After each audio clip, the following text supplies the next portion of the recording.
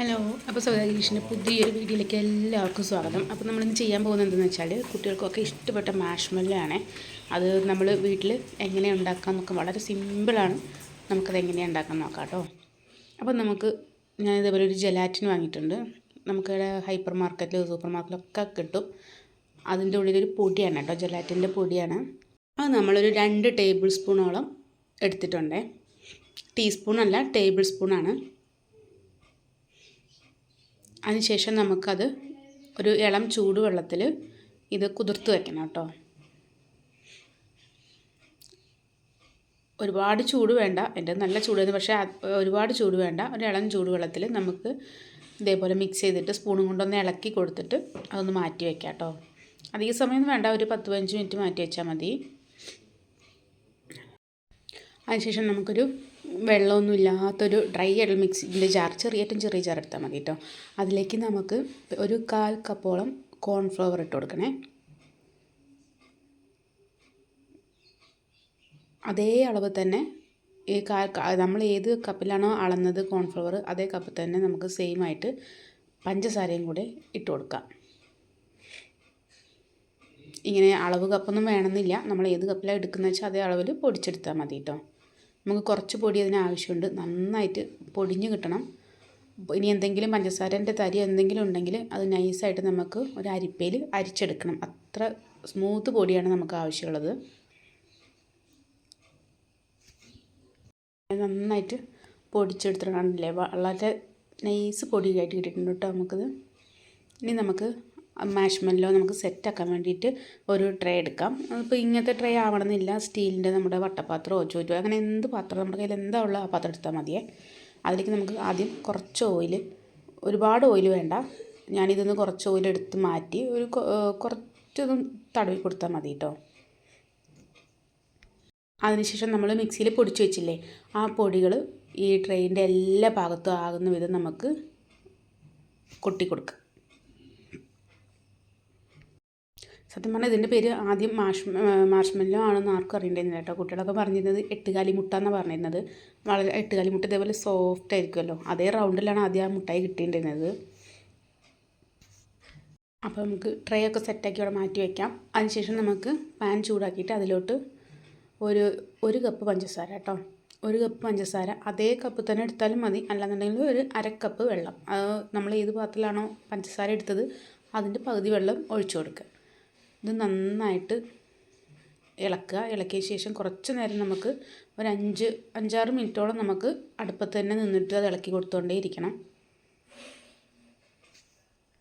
ഇതിലേക്ക് ഒരു 2-3-4 തുള്ളി നാരങ്ങ നീര് ഇറ്റിച്ച് കൊടുക്കണം കേട്ടോ. അങ്ങനെയാണെങ്കിൽ പെട്ടെന്ന് ഇത് ക്രിസ്റ്റൽ രൂപത്തിലായി പോവില്ല, പെട്ടെന്ന് കട്ടിയായി പോവില്ല, അത് സ്കിപ്പായി പോയി. നമ്മളിത് ചെയ്യുമ്പോൾ ചെറിയൊരു ബൗളിൽ നമുക്ക് കുറച്ച് വെള്ളം എടുത്ത് വയ്ക്കണം കേട്ടോ. ആ ബൗളിൽ നമ്മളിങ്ങനെ ഇടയ്ക്ക് ഒഴിച്ച് നോക്കണം. നമ്മൾ ഒരു നൂൽ പരുവ് ആകുമ്പം ഇടയ്ക്കിങ്ങനെ പഞ്ചസാര ലൈൻ നമുക്ക് ഒഴിച്ച് നോക്കണം. ഒഴിച്ച് നോക്കുമ്പോൾ കൈകൊണ്ട് ഉരുട്ടാൻ പറ്റുന്ന ആ രീതിയിലാവുമ്പോൾ ആണ് കറക്റ്റ് പരുവം. അത് നമ്മൾ ഇടയ്ക്കിടയ്ക്ക് ഇത് ഏകദേശം ഇപ്പോൾ റെഡി ആയിക്കൊണ്ടിരിക്കുന്നു. ഏകദേശം നമ്മൾ കണ്ടാൽ തന്നെ മനസ്സിലാവും, വെള്ളമൊക്കെ വറ്റി കുറുകി വന്നിട്ടുണ്ട്. അപ്പോൾ നമുക്ക് കുറച്ച് ആ ബൗളിലേക്ക് ഒഴിച്ച് നോക്കിയിട്ട് കൈകൊണ്ട് അതുപോലെ ചെയ്ത് നോക്കണേ. അപ്പോൾ അങ്ങനെ ലൂസായി പോകാനും പാടില്ല, എന്നാൽ കൈകൊണ്ട് ഇങ്ങനെ ഉരുട്ടിയാൽ അങ്ങനെ ഉരുണ്ട് കിട്ടുകയും വേണം.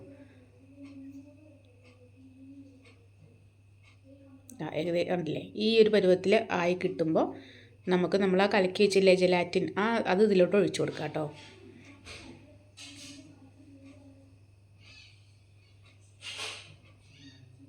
ഫുള്ള് ഒഴിച്ച് കൊടുത്ത ശേഷം നന്നായിട്ട് ഇളക്കണം. അതിൻ്റെ അടിയിൽ കുറച്ച് കട്ടിയാൽ, പക്ഷേ അതൊന്നും പ്രശ്നമാക്കണ്ട. നമ്മളിതിങ്ങനെ ഇളക്കുമ്പോൾ അത് എന്തായാലും ചൂട് തട്ടുമ്പോൾ അരിഞ്ഞു വന്നോളും. അപ്പോൾ ആദ്യം ഒന്ന് തീ കുറച്ച് വെച്ചിട്ട് ഒന്ന് നന്നായിട്ടത് പഞ്ചസാര എല്ലാം മിക്സ് ആക്കിയതിന് ശേഷം ഒന്ന് തീ കൂട്ടി വെച്ച് കൊടുത്താൽ മതിയേ. അത് ആദ്യം നമുക്കൊന്ന് നന്നായിട്ടത് മിക്സ് ചെയ്തെടുക്കാം.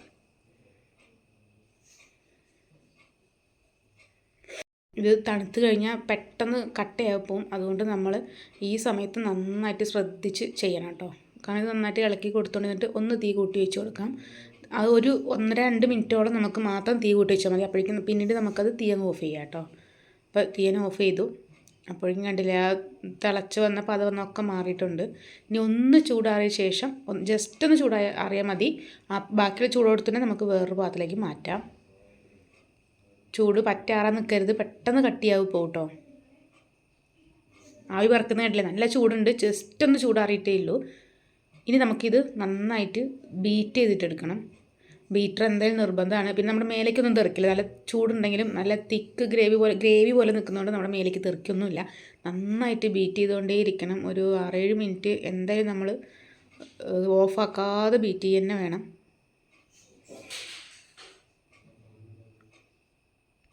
കടകളിൽ നിന്നൊക്കെ വാങ്ങണമെങ്കിൽ നല്ല റേറ്റാണ്. ഒരു കുറച്ച് ക്വാണ്ടിറ്റി തന്നെയാണെങ്കിൽ അത്യാവശ്യം നല്ല വിലയുണ്ട് കേട്ടോ.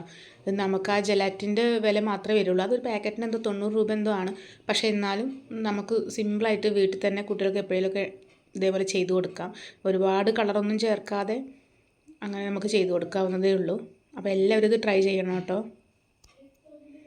അപ്പോൾ കണ്ടില്ലേ, ഈ ഒരു രീതിയിൽ കിട്ടിയിട്ടുണ്ട്. നമുക്ക് മുട്ടയൊക്കെ പതപ്പിച്ച് ആ ഒരു ഇതിൽ കിട്ടിയിട്ടുണ്ട് നമുക്കിത്. ഇത് നമുക്ക് ഈ സമയത്ത് കളറൊക്കെ ചേർക്കാം, വാനില എസൻസ് ചേർക്കാം. ഞാനിതൊന്നും ചേർക്കുന്നില്ല. ഞാൻ എന്തായാലും കളറൊന്നും അധികം വേണ്ടെന്നുള്ള രീതിയിൽ സ്ട്രോബെറീൻ്റെ ചെറിയൊരു 2 ഡ്രോപ്പ് മാത്രമേ ഒഴിച്ചു കൊടുത്തിട്ടുള്ളൂ. അതുകൊണ്ട് വലിയ കളറൊന്നുമില്ല. പക്ഷേ അടിപൊളി ടേസ്റ്റ് ആയിരുന്നു കേട്ടോ. നല്ല കാണാൻ കുഴപ്പമൊന്നും ഉണ്ടായിരുന്നില്ല. പക്ഷേ ക്യാമറയിൽ വലിയ കളറില്ല. നമുക്ക് കളറൊന്നും ചേർക്കാതെ ഈ വെള്ള കളറിൽ തന്നെ നമുക്ക് വേണമെങ്കിൽ അങ്ങനെയും ചെയ്തെടുക്കാം കേട്ടോ. അതാണൊന്നും കൂടി നല്ലത്. പിന്നെ എസൻസ് എന്തെങ്കിലും ഒഴിച്ചു കൊടുത്താൽ ആ ഒരു ടേസ്റ്റ് കിട്ടും. അതല്ലാന്നുണ്ടെങ്കിൽ വാനില എസൻസോ അങ്ങനെ എന്തെങ്കിലും ചേർത്ത് കൊടുക്കാം. അപ്പോൾ ഞാൻ ആദ്യം ഫസ്റ്റ് ലെയർ കുറച്ചൊന്ന് ഒഴിച്ചു കൊടുക്കുന്നുണ്ടേ. ഇത് നല്ല കട്ടിയുള്ളതായതുകൊണ്ട് നമ്മൾ ഇങ്ങനെ ഒഴിച്ചു കൊടുത്താൽ നമുക്ക് സ്പൂൺ കൊണ്ട് ഒന്നും ചെയ്യാൻ പറ്റില്ല.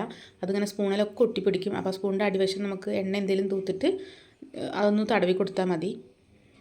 അതിനുശേഷം ഞാൻ 2 ഡ്രോപ്പ് മാത്രമേ ഞാൻ സ്ട്രോബെറീൻ്റെ എസൻസ് ആട്ടോ അത് ഒഴിച്ചു കൊടുത്തിട്ടുണ്ട്. അതുകൊണ്ട് വലിയ കളറൊന്നുമില്ല. കുറച്ചും കൂടി ഒഴിച്ചു കൊടുത്താൽ കൂടുതൽ കളർ കിട്ടും. പക്ഷേ ഞാൻ ആ ടേസ്റ്റ് മതി എന്ന് വിചാരിച്ചിട്ട് ഞാൻ 2 ഡ്രോപ്പേ ഒഴിച്ചു കൊടുത്തുള്ളൂ. അതിനുശേഷം നമുക്കിത് അതിൻ്റെ മുകളിലേക്ക് ഒഴിച്ചു കൊടുക്കാം. അപ്പോൾ തന്നെ ഏകദേശം കട്ടിയായി വരും കേട്ടോ പെട്ടെന്ന് തന്നെ. അപ്പോൾ ഇതുപോലെ അത് ഫുള്ളും മുകളിലോട്ട് ഒഴിച്ചു കൊടുക്കാം. ഇത് പെട്ടെന്ന് പുറത്ത് വെച്ചാൽ തന്നെ പെട്ടെന്ന് സെറ്റായി കിട്ടും. അല്ലാന്നുണ്ടെങ്കിൽ നമുക്ക് വേണമെങ്കിൽ ഇത് ഫ്രിഡ്ജിലോട്ടും എടുത്ത് വയ്ക്കാം. ഒരു അരമണിക്കൂർ ആകുമ്പോൾ തന്നെ ഇത് സെറ്റാവും.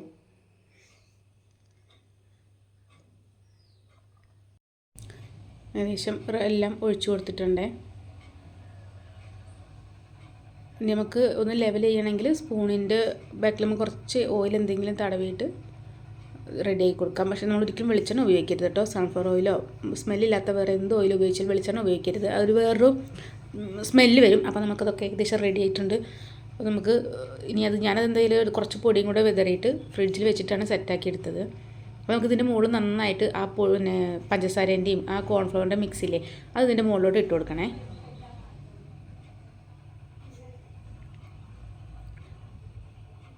ശേഷം ഒന്ന് തട്ടി ഇളക്കി എല്ലായിടത്തും കൂടെയും ഒന്ന് സ്പ്രെഡ് ചെയ്ത് കൊടുക്കാം. ഇതിങ്ങനെ തന്നെ നമ്മുടെ അവിടെ തന്നെ വെച്ചാൽ തന്നെ പെട്ടെന്ന് സെറ്റായി കിട്ടും. അതല്ലാന്നുണ്ടെങ്കിൽ ഫ്രീസറിൽ വെക്കരുത്, ഫ്രിഡ്ജിലാക്കി വെച്ചാൽ മതി. പെട്ടെന്ന് തന്നെ സെറ്റായി കിട്ടും. അപ്പം നമ്മുടെ മാഷ്മെല്ലോ ഞാൻ കട്ട് ചെയ്തെടുത്തിട്ടുണ്ട്. അതുപോലെ തന്നെ നമുക്ക് ആ പൊടി നന്നായിട്ട് ചേർത്തിട്ട് വേണം കേട്ടോ. നമുക്ക് ഓരോ ഭാഗം കട്ട് ചെയ്യുമ്പം പൊടി നന്നായിട്ട് ഇട്ട് കൊടുത്തിട്ട് കട്ട് ചെയ്യണം. കണ്ടില്ലേ, വളരെ നല്ല സ്പോഞ്ച് പോലെയാണ്, നല്ല ടേസ്റ്റും ഉണ്ടായിരുന്നു. കളർ ഇതിലേറെ ഉണ്ട്, ലൈറ്റ് അടിച്ചുകൊണ്ട് കളർ നമുക്ക് അധികം മനസ്സിലാവാത്തതാണ് കേട്ടോ. ഞാൻ അരികൊക്കെ കട്ട് ചെയ്ത് വെച്ചതാണ് ബാക്കിയുള്ളത്. നിങ്ങൾക്ക് എൻ്റെ വീഡിയോ ഇഷ്ടമായ ലൈക്ക് ചെയ്യാനും കമൻറ്റ് ചെയ്യാനും സബ്സ്ക്രൈബ് ചെയ്യാനും മറക്കരുത്. പുതിയൊരു വീഡിയോ ആയിട്ട് നാളെ കാണാം. Okay, by.